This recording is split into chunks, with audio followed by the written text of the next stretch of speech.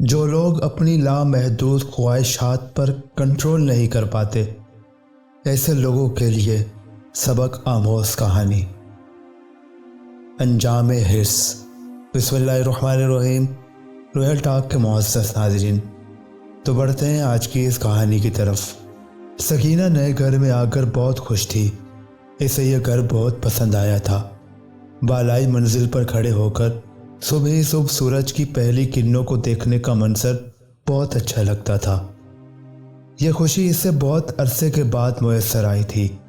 پچھلے 5 سالوں سے میاں بیوی کرائے کے مکان میں رہتے تھے۔ کوئی اس سے پوچھتا کہ آج کے مہنگائی کے سخت ترین حالات میں وہ لوگ کیسے ہر ماہ کرایہ نکالتے تھے اور کیسے بجلی کا بل ادا کرتے، پھر بھی جیسے تیسے کر کے حالات سے سمجھوتا کر کے کمیٹی ڈال کر اور بچت کر کے وہ اپنا ایک چھوٹا سا گھر لینے میں کامیاب ہو گئے۔ فاروق بھی اپنی بیوی سکینہ کو دیکھ کر بہت خوش تھا۔ وہ بھی سکینہ کے دل میں چھپی خواہش کو جان گیا تھا کہ ہر عورت کی طرح سکینہ کے دل میں بھی اپنے گھر کی چاہ تھی۔ اس لیے وہ دل و جان سے محنت کرنے لگا اور اس طرح آج وہ اپنے ذاتی مکان کے خود مالک تھے۔ سکینہ بچوں کی طرح خوش ہو رہی تھی۔ وہ بار بار گھر میں گھوم پھر کر گھر دیکھ رہی تھی۔ اس کی خوشی اس کے لہجے سے چھلک رہی تھی۔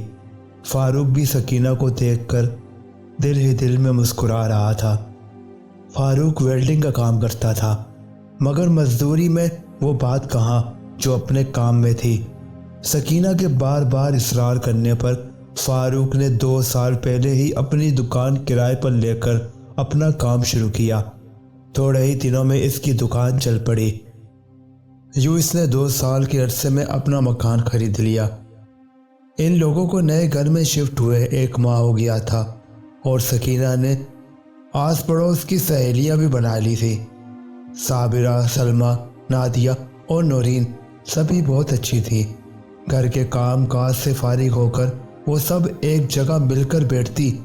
ان سب کے گھر ساتھ ساتھ، جبکہ نورین اور نادیہ کا گھر آمنے سامنے تھا۔